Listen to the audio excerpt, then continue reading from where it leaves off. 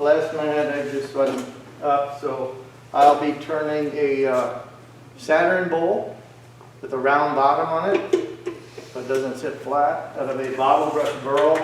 And the bottle brush burls that are growing around here are just extraordinary. And most of the trees were infected, and that lady Siri, when we were talking about wood turning myths and things like that, one of her rotations, and she was talking about burls and what they were and how they grew and all this. And then I told her, we've got these, they're round, hanging on a pencil tin branch.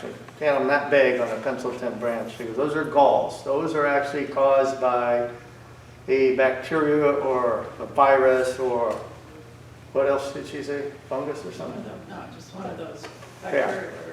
Yeah. And that's an infection on the tree, because I told her I've seen housing developments, like where my ex-wife lives, there's 120 bottle brush trees on the property. I have one in my front yard. Yeah, all of them got these growing all over them. But over the wall in Winmore, there's bottle brush trees and none of them have it. So the tree trimmers are cutting and clipping, and they go, they infected the next one, infected the next one.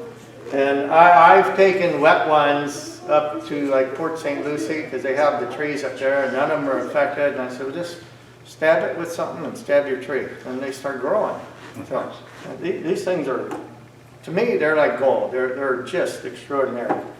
And they come in all different sizes and shapes. They make wonderful mushrooms. If you turn them wet, most of you are all seen my hat. Oh, it's all warped and misshapen. That's why it fits my head so nice. With this is a piece I turned wet, and you can see it's no longer round. And I like taking advantage of those kind of features. So I took this burl, and it was pretty much round like that. I sliced it in half, and it's got really nice figure in it. I'm going to turn this half. I'll pass the other half around. Once they're dry, there's always fissures and open places in them. But the bark on these is... Well, maybe when it comes back around. What, you need some more, Dave? You sell the ones I give you? Yeah. But he's right about the mushrooms. They make, Oh, yeah. Tell them about some. Yeah, and Siri was, somebody posed a question about, she was doing a little thing on bending wood.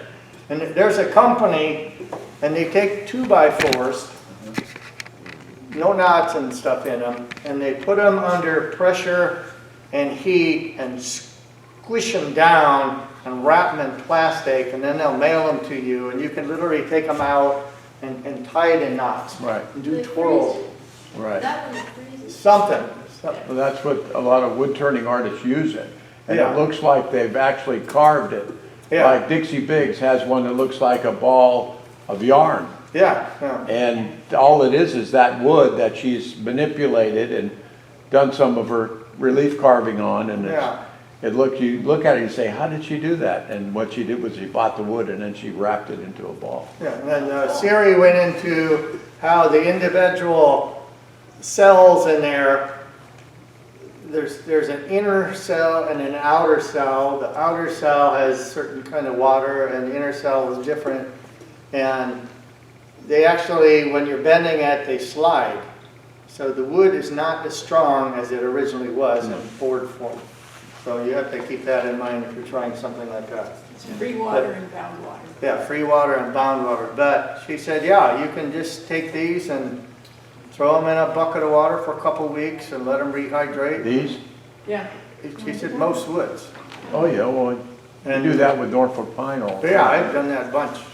Put in a bucket and it turns like it's wet, but But I wanted to know if it would re-warp.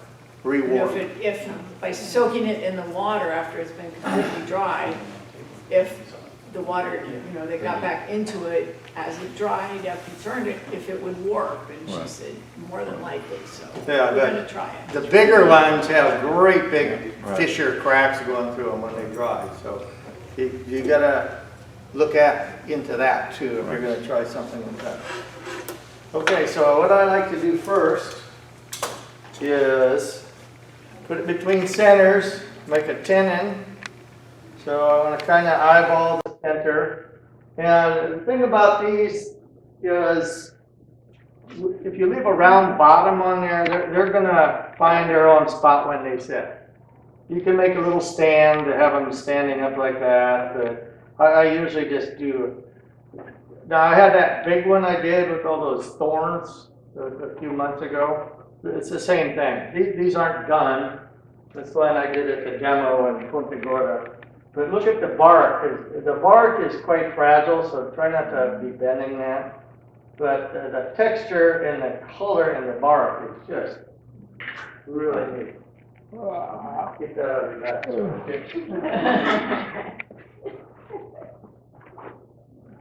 So put it between centers, and this is the Stebbs type center. There's all the teeth around, just a push button. In fact, I'm going to mark a center. This little awl is actually a bringback I got like 22 years ago from John Busso up in the Palm Beach Pub. And I always keep it in my travel bin. I'm just trying to find center, close to it.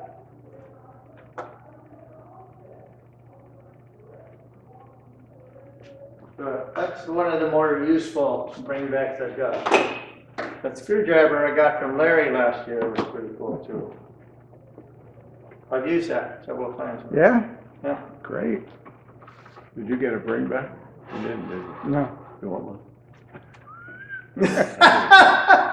You want one? Take it. No, I'm just trying to eyeball it when it's pretty much flat up against all the jaw for the teeth. I did not check the speed.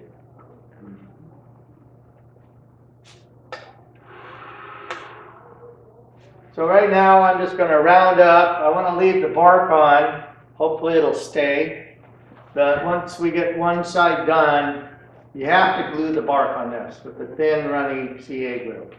If you don't do that, pieces are going to go flying if you're getting less than 1/4 inch. They will always go flying. And then what you do is, when it flies, just take a step away from your lathe and watch where it goes. You can glue that sucker right back on. Keep the floor clean, huh? If you can find it. Right? Yeah. That's why you step away and just watch where it goes. Don't just look. Step away from the lathe.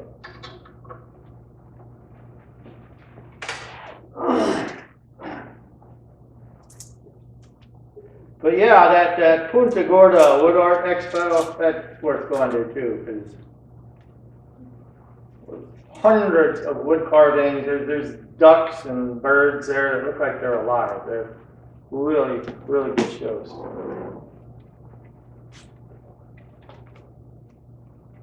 It's pretty early. Okay, now my bandsaw cut on this side is way off, so we'll just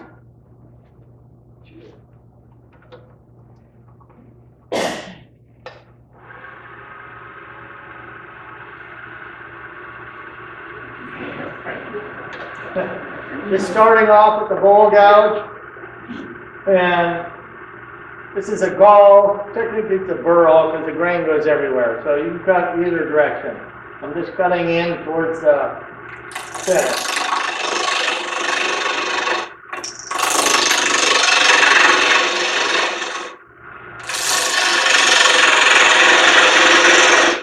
And I almost always cut the back side off. If I'm doing the burl round, I cut both sides to get down to the wood because this bark is so soft. If you got a bigger one, sometimes that bark's really thick, and this center will keep going in, and just the vibrations, that bark can break off and it'll go flying. So try and find some real wood when you're doing that.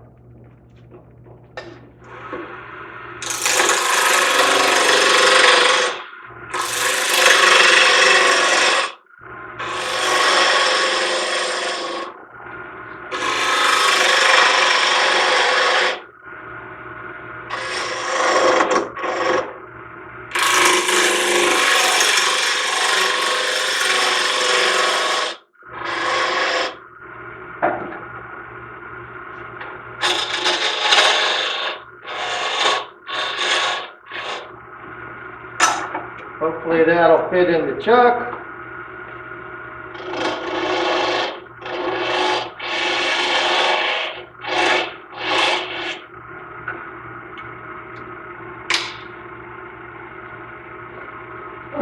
All right, now my top surface here is pretty straight. So I'm going to bring this up to where it's about a 1/4 inch, maybe slightly less. When I turn it around, I'll come in and screw that up.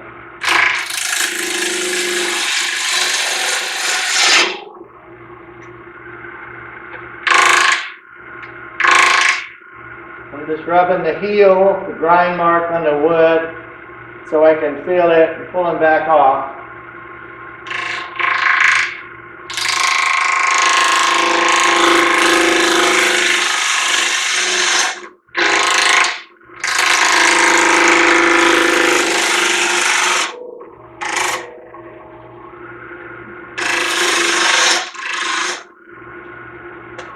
And I'm just kind of going for a straight edge now. You can have it cup up a little, you can have it cup down, any way you want to do it.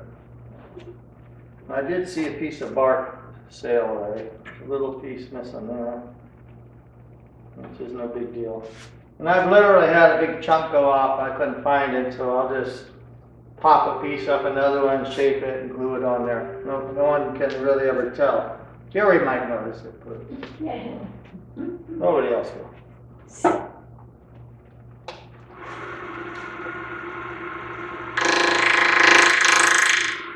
And see, that's why I'm putting the heel on and pulling backwards.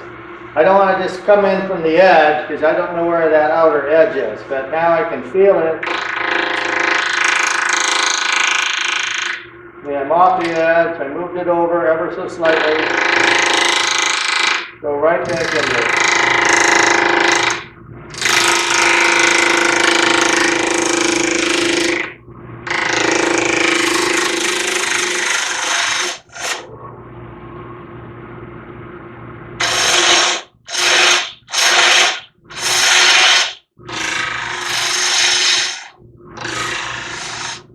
And wood on these is pretty strong stuff. It lends itself well to scraping.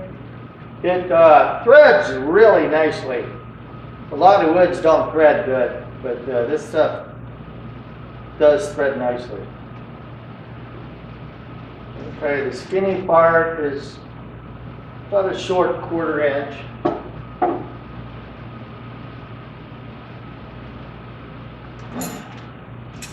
Okay.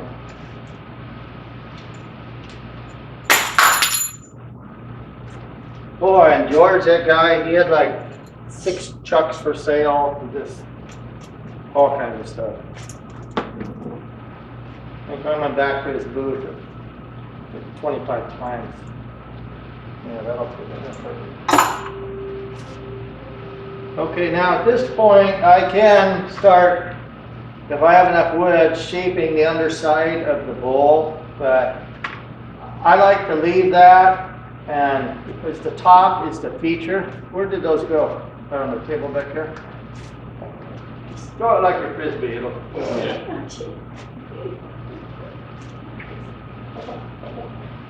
Hey, where's on trees?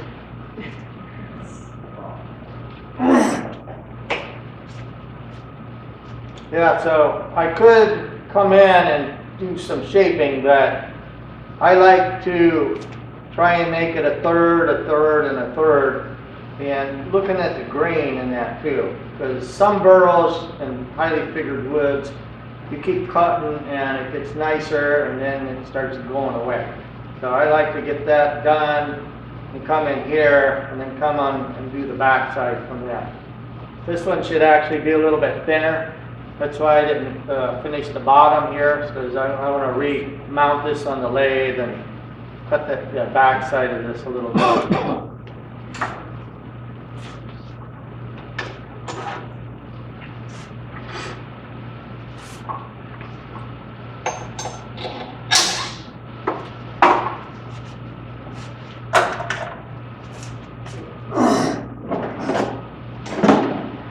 And when I was demonstrating there last year, I left my Jacobs truck in the demo room.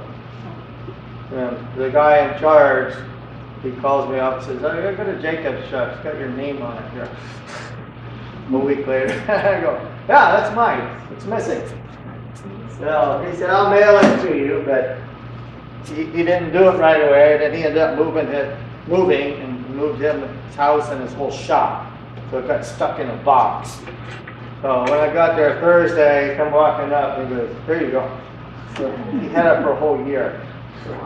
Good thing I got 4 of them, 5 or 6. Can't have too many tools. Oh, you told me a few months ago that you got some parts of Carbotech? I may still have some. I have a little metal box. I thought I gave most of the parts The Wanda? to Wanda. Yeah. Well, I have your lathe now. Huh? You got it? I have it. I'll see if I have them. That induction motor on it is awesome. Yeah, that was the better one, yeah. Because mine, you could just go like that and stop the lathe. Right. Cut heavy. That one, you can't stop it.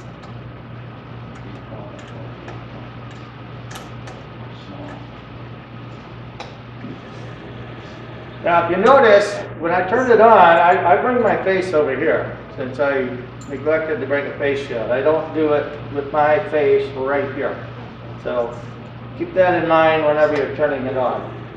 It bounces off me here, that's one thing, but if it hits you in the face, it's not good. And we always want to bring the live center up. Looks like that's happened a few times. Yeah. There, 7 stitches 2 years ago.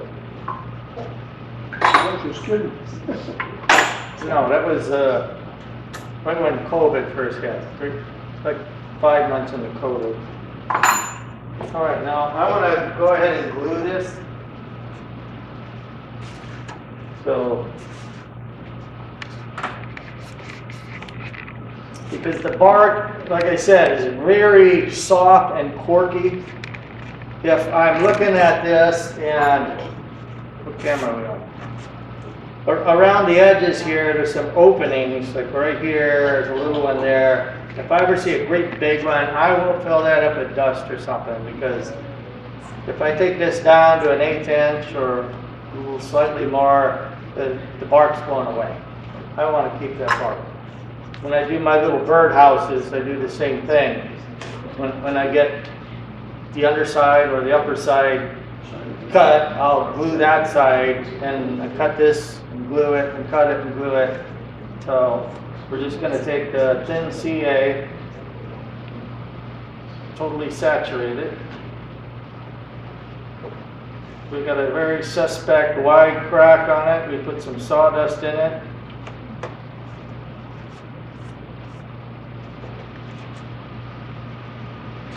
Anybody glue themselves to anything interesting lately? Yeah. What? Paper towel. Paper towel? And then that's like my favorite. Did it get really hot?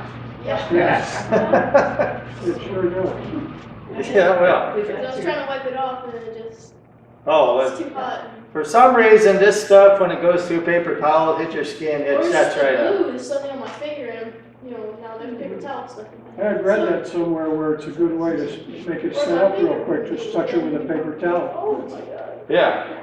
We would just dry it like this. And You you know, gotta wash, you can make your own accelerator out of baking soda and water. oh, baking soda and water? Yeah. Oh, that's pretty when that stuff hits that. That's gorgeous. I don't know if that shows up on the TV. Wow.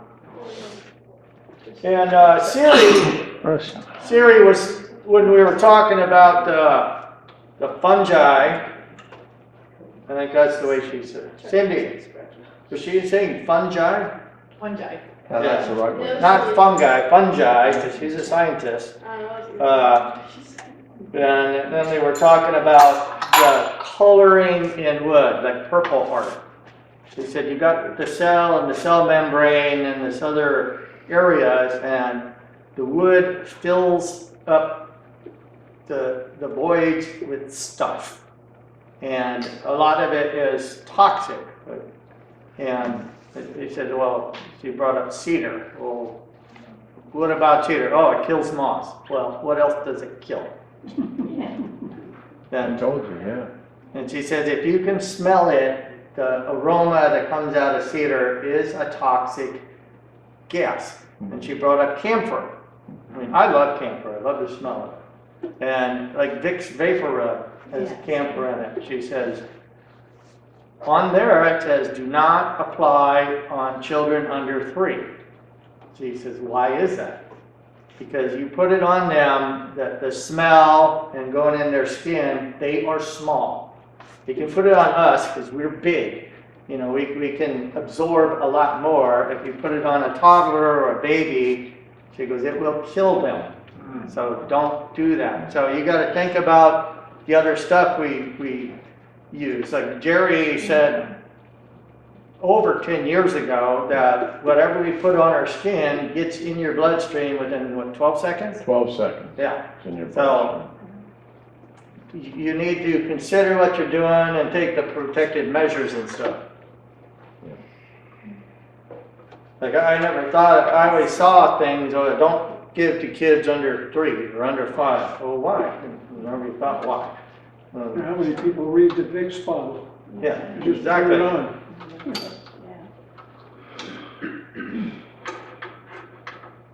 Okay. So I did not glue this side because it's still 1/4 inch-ish. I'll go down a little more and then depending how thin I'm doing it, I'll glue it again, do 2 cuts, glue it again, do 2 cuts, get it down to my final thickness.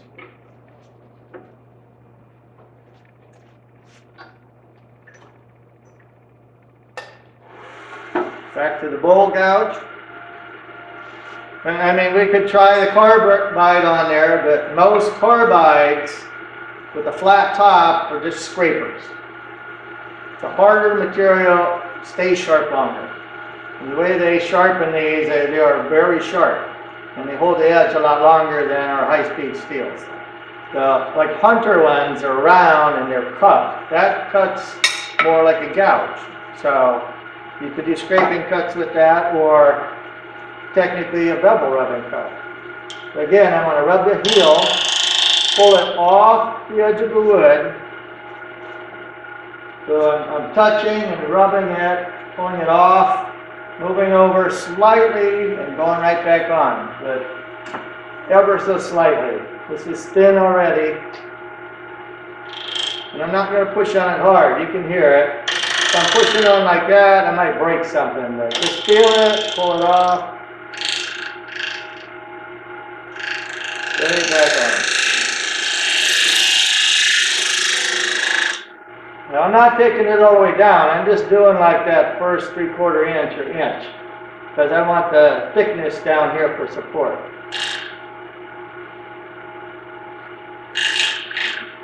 We still got another hour, right?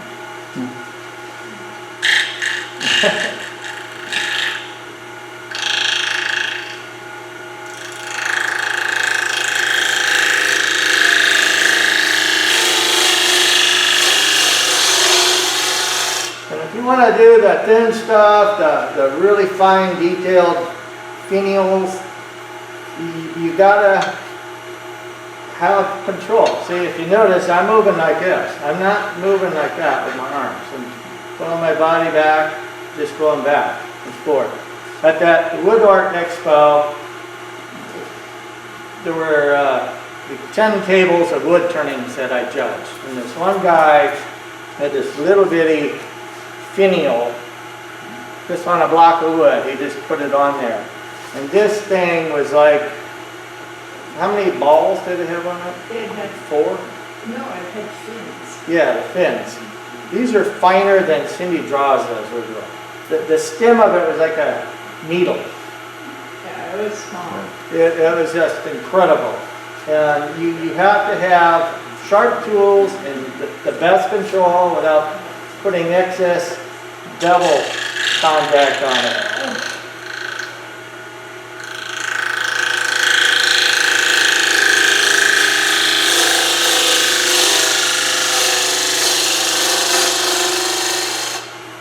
Now let's look at it. Okay, right here is about 1/8 and right here is thicker. So one side or both sides I have it coming in. It looks like right here they're both coming in a little bit. This and this, that's a little thinner, so I'm already thinner down here than I am out here. But this thing is really starting to move. So I'm going to leave that instead of trying to touch that because there's a good chance of that breaking off. And the bark on this one isn't as wide. See, look at that bark there. That sticks out a full inch, and that's almost 3/4. So if it had more of that, I would glue this side right now. But I'm not going to do that. Take it down further.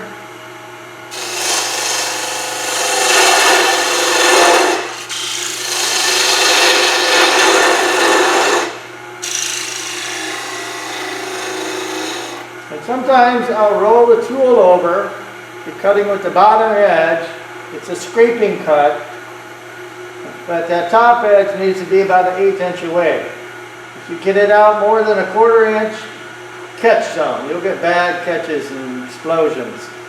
If you touch the top, it's just going to rub on it. But about 1/8 inch is top edge. I'm cutting with the bottom. Plus, I'm looking at my angle of the length here.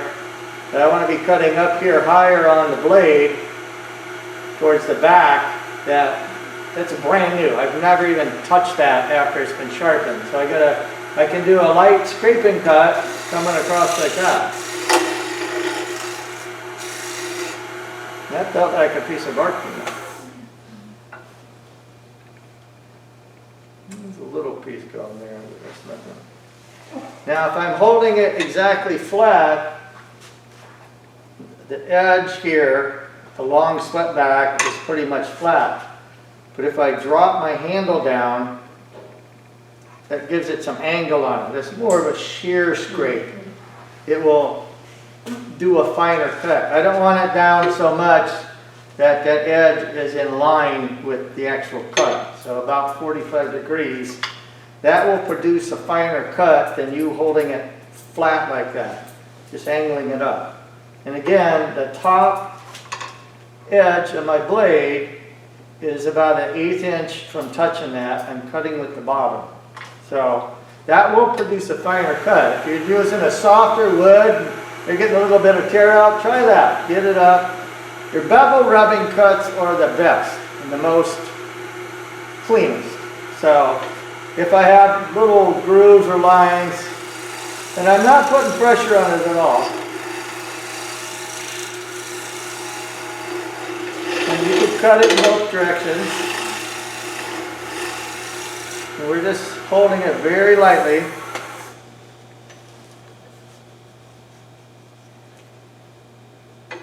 Yeah, there's one little rough spot here. But I mean, that's almost 320 grit sanding, almost 400, except in that couple little spots. So now I want to take this away, work on hollowing it out.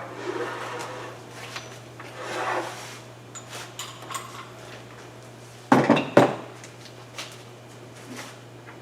keep forgetting to look at my TV monitor over here. First thing I want to do when I remove the tailstock, re-tighten the chuck.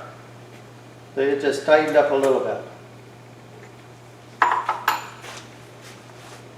I have a little nub in the center.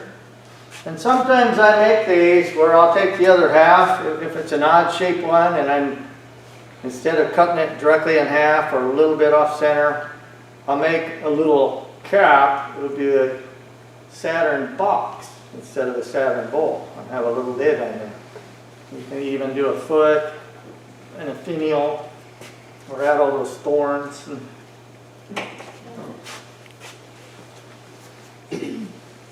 Oh, this one's got some really nice figures.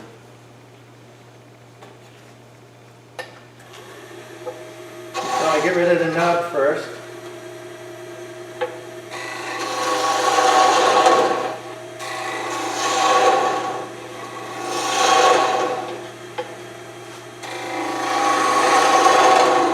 Now I I can go ahead and hollow this out with the bowl gouge, just like I do a regular bowl. But on one this size, especially if I'm making it deep, I typically do not do that. I'll pick up a sharpened round nose scraper, and with the tool level, George's tool. yeah, so if the tool is level like the lathe, right now my cutting edge is touching the wood below center. That's a catch zone. So I need to raise my tool rest. Every time you change tools, you need to check that. The cutting edge should be right on dead center or slightly above. If you're way too high, it's just not going to cut right. If you're half a degree under center, catches and diggins. You get over here and it'll grab and suck you down into the bottom. And That's like George's tool. George's? You gave me a tool like that. It said it was, I think it said George's tool on the end. Could be. Yeah, I made this tool. The handle, this guy over in Port Charlotte, he makes these. He sells one-way stuff too. I was surprised he was at the symposium because he's getting up there in the years. So it's just a scraper. I'm going to be cutting in and out.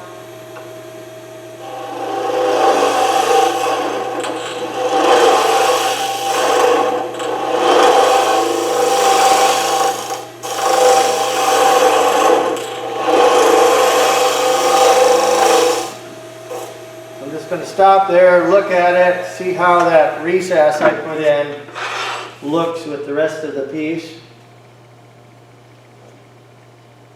And a lot of times I will unscrew the chuck and set it there with the piece on it and look at it how it's going to be displayed. Or go back 10 feet and look at it. Like the vases and things on the table. You don't see them sideways. You see them over there, up there, up on a shelf. So if you do that, you can look at it, how it's going to be displayed, and tweak your design and make it more pleasing. I think I'm going to make that just slightly bigger. So this is basically an art piece, right? Just a display piece. No, it's for It can be. when you're doing the dishes for your wife, you can put your wedding ring in there so it don't get wet. But I think. Yeah, it's art. I mean, if you have a bigger one, like that big one I made with all the thorns, that's a Band-Aid bowl. That's useful. Keep your Band-Aids in there. With all those big thorns. If you lay it flat, it would look like Saturn. Yeah.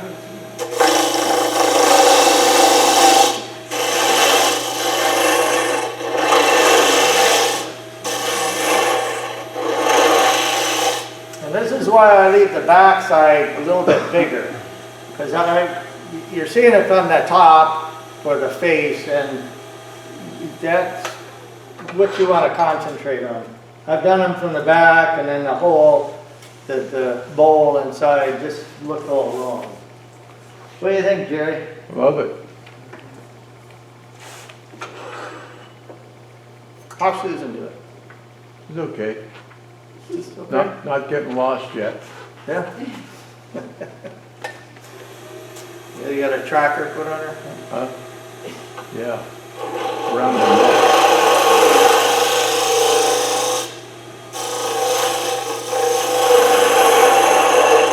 And when I make these, I like to have a hard corner in here. I just think it looks better. I've rounded them over and it takes something away from it.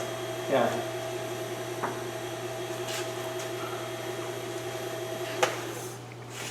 And stop and measure, stop and measure, stop and measure.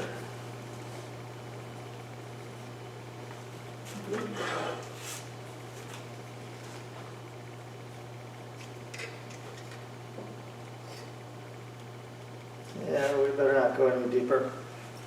I like that. There's a little dead branch that came over and stopped right there, and it's got some dark swirls going around it. This is nice.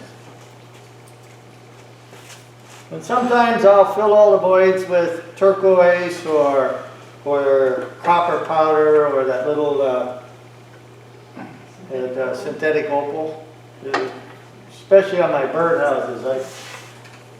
There was the first one I did had a great big opening between the bark and that. I mean, it was major. And I went, I'm gonna put some of that opal in there. Oh, that looks good. So then now I just grind between the line between the wood and the bark. I do the opal all the way around, and there's always some fissures and things. And like that one, I would grind it just a little bigger, or maybe put a bend in it with a Dremel, and just add that to it. There's only one little opening here in the back, and none of the rest. Synthetic opal. Yeah, that's nice. Watching this program, Opal Hunters, Yeah, I've seen that. the opal's more expensive than diamonds. Yeah. And they say that synthetic opal is actually, it retains its color better than real opal.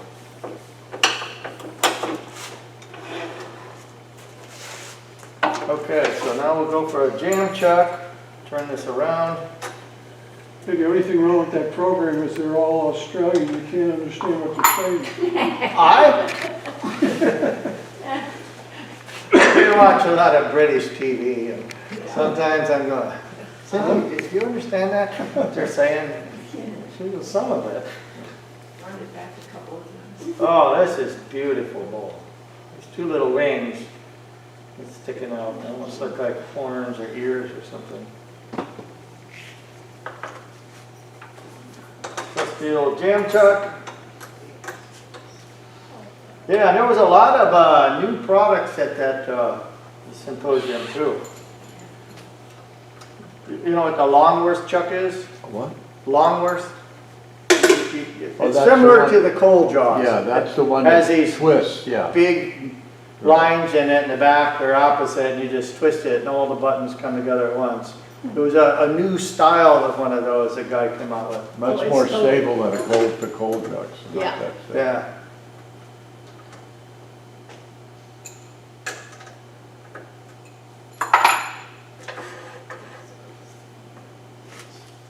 What's the name of that jam chuck that you had me make? Kirsten something? Oh, the Kirsten cone? Kirsten Cone, that's it. Do you use it much? Well, I haven't done a hollow form since then, but that's what, What is it? Kirsten Cone? Oh, yeah, I know one of those. Yeah. Well, I Very, use very that.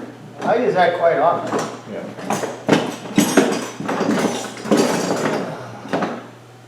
Okay, my other calipers seem to have, Watch them. well, they're in that drawer under the jet blades.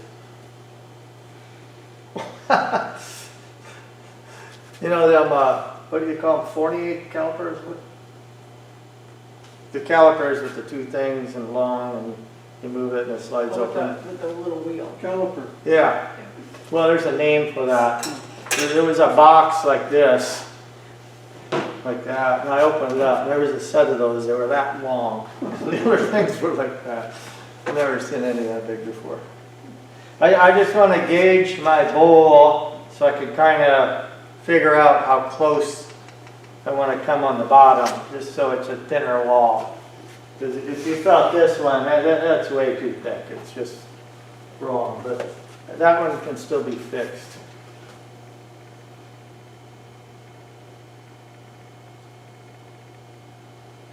Okay, so if I go there, open it up a bit, so I'm just not quite an 1/8 inch bigger on both sides. That's what I want to make right here.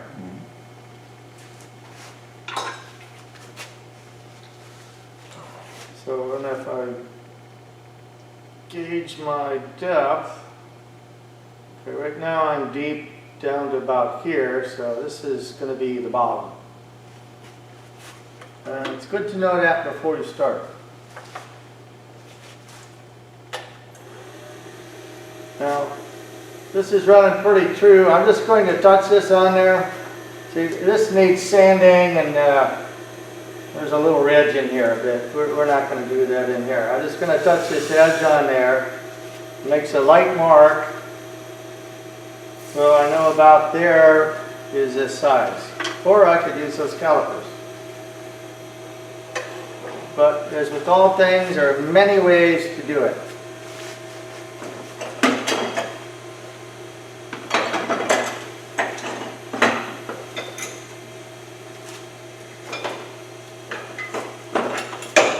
Oh, I knew there was a parting tool in here.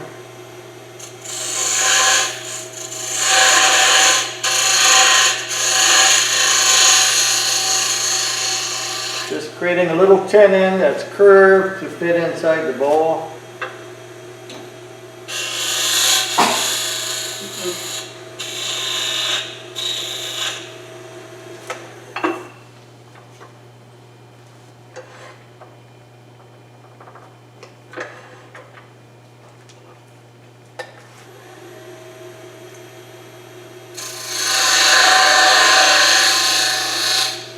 Making it a little bigger.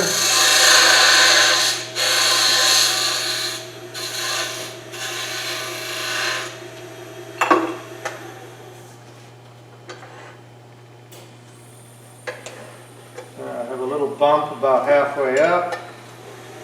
So.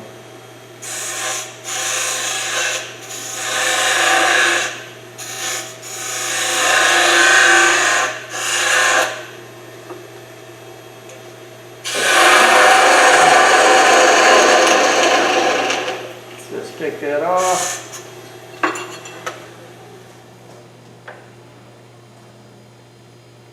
Just there.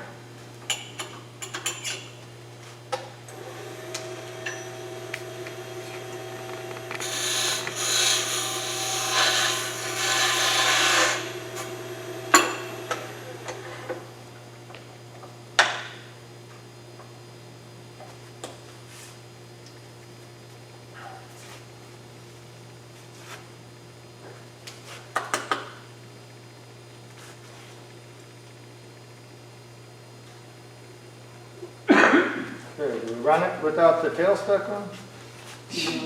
No.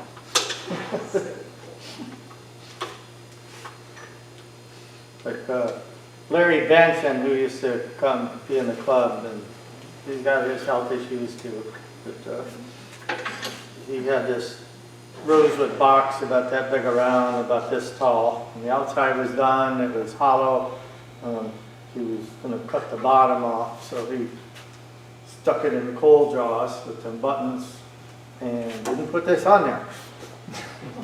Just touched it and it went. Cold jaws are dangerous. Yeah, and then, They're not the best. but I put those wine corks on it, and they're so much better, but them little short buttons are so good. We just put new buttons on the one in the shop. I don't use those. Yeah, well, Not supposed to be you used. need above this 500 on it RPM. until you're doing a little tiny nub in the middle. Tailstock needs to be on there. If you turn the speed up with the cold jaws, it'll shear the screws off and the parts of the jaws will go Well, flying. yeah, it says maximum 600 or 800 500 RPM, or right on the 600 jaws. At the very most, Yeah. yeah, because they're out of balance, they'll shear. That's the problem with my lathe. The slowest I can go is 600. Yeah, It's got one of those expanding yeah. pulleys. Oh, maybe The they're late. Delta lathe, the Delta. No, it's kind of a senior moment. Yeah, but the cold jaws are dangerous, so don't ever turn it Don't ever on. use it. Don't ever It's a turn it on. Laguna lathe. It's a Okay. real old one that used to be in the shed, and when in fact, I think it was the very first day I was there, I looked, wow, look at this old lathe, and Ron says, "You want it? Take it." Cost me $9 to fix it. Okay, so there was a little roughness from the glue on the bark. So I just did that shear scrape, clean that up. I want to come down and find my diameter. So it's about the size of this edge right here. And the bottom will be down here because the hollow ends up right there. So that's what I want to get up here. Now I have a reference, since I have this corner, it's about the size I want to end up, so I need to cut that down. Going back to the bowl gouge again.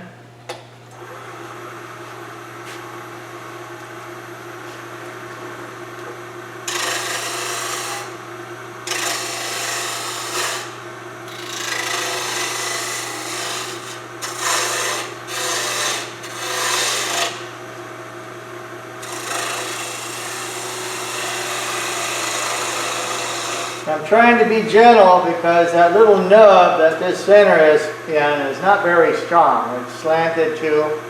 And especially if you're doing end grain, stop and look at that. If you apply this and you see that thing cracking and starting to open, stop.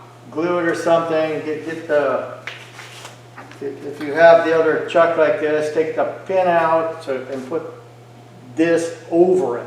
It's so much stronger. Okay, my one-way live center, I haven't had that point inside there in 20 years. Because I never use it with the point. A lot of times I'll take this little thing and slant it up into a cone, knowing I'm going to come back and put that cone inside my one-way with that hole. That almost will never break. But this, if I'm cutting rough with that, chances of this snapping and this thing come loose, it'll break something. But I've never done that, so you know, theories.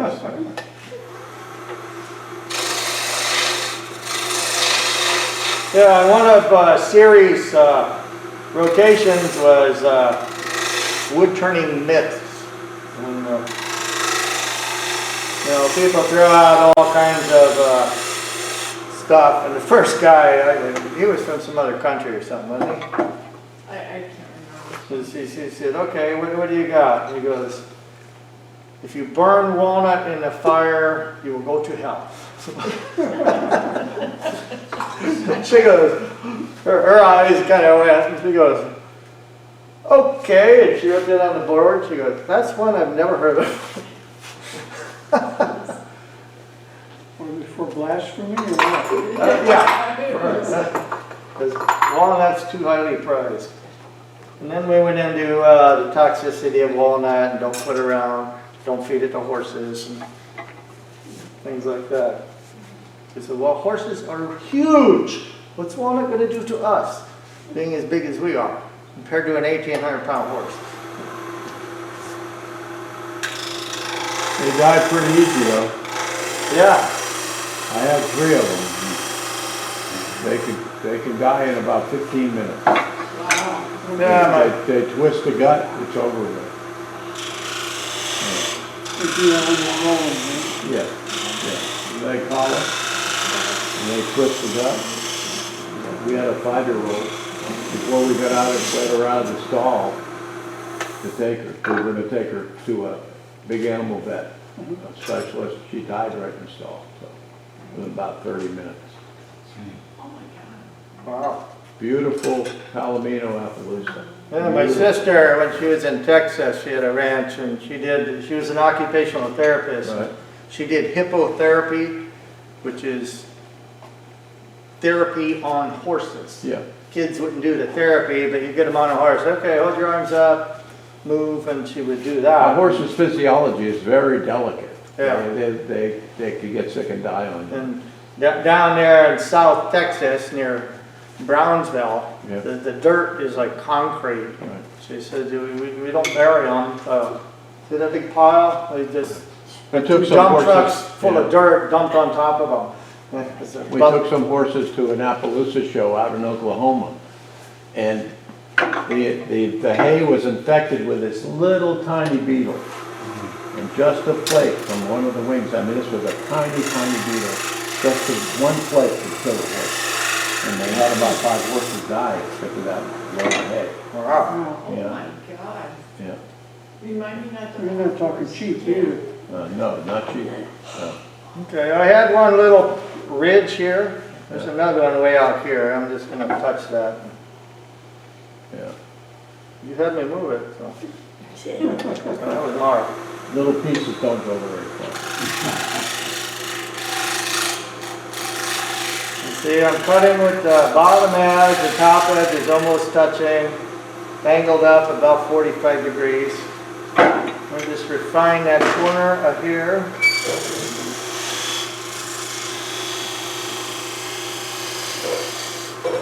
I'll tell you this. Okay, now, I remember how far this went in. So that is the hollow about right here. So the bottom was supposed to be down about here. So I can get rid of some of this. I got a nice curve, then it kind of goes out. So I need to round that over to have a round bottom. And does it need to be perfectly round like a ball? No, but It doesn't need to be round at all. It'll be yeah. flat.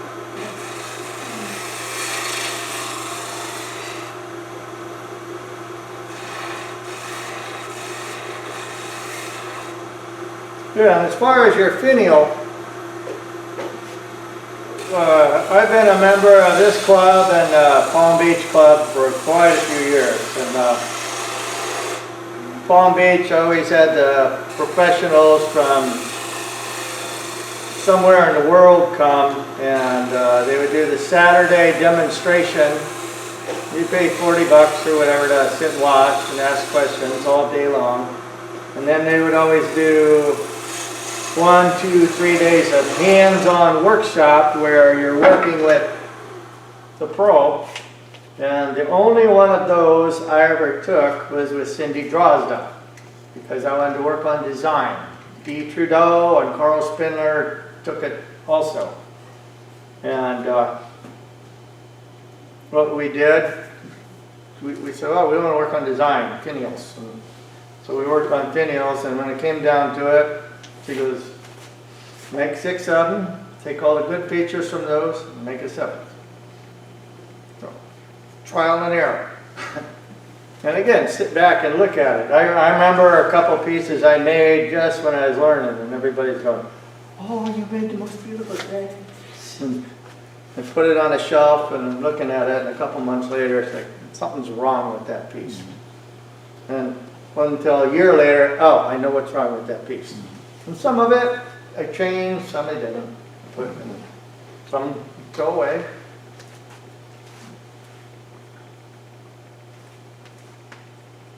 So make that ball at the top smaller, turn it into a disc, or I would make a new finial. Yeah, and put a tenon on it so it fits down inside.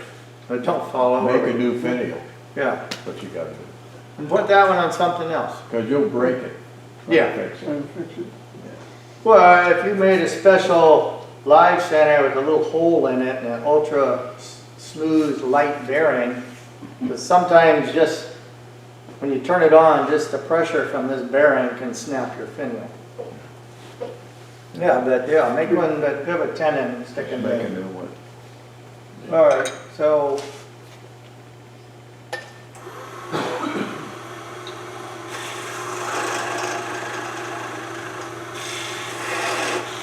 These make my backwards.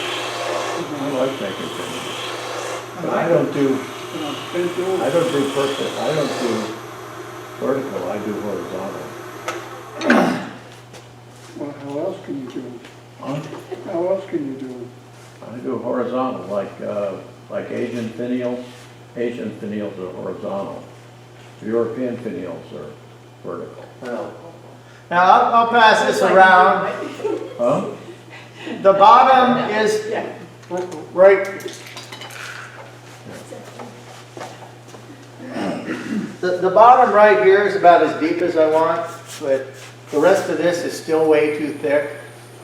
And I don't want to do that now. I can put this back on the lathe later and shade this down with better light, because I want better light and a couple of different tools that I don't have here, like a bigger spindle gouge.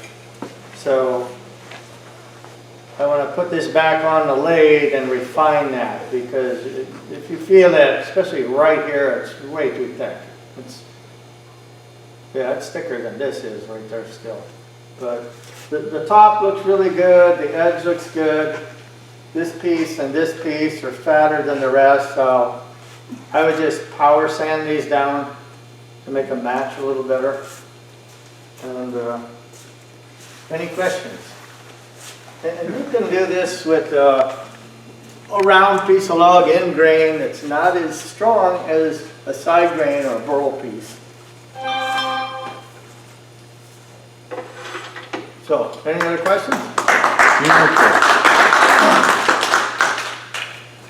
Excellent. Okay, so that's it, but the bottle brush burls, if you know there's a bottle brush tree, people always say, oh, I don't see any burls in it. Well, did you touch the tree? Did you get there and look at it? No, I was in the car over there. No, you gotta get out of your car and go look at the tree. I can tell you where there's parking lots with them in, go look at it. So, Kind of penny holes. and you'll see them, they're on a branch as thick as this pencil, and it'll be Into that kind of thing. size of an orange or even a grapefruit. And you know, oh, bing, I got one. It's a beautiful oriental look. Yeah.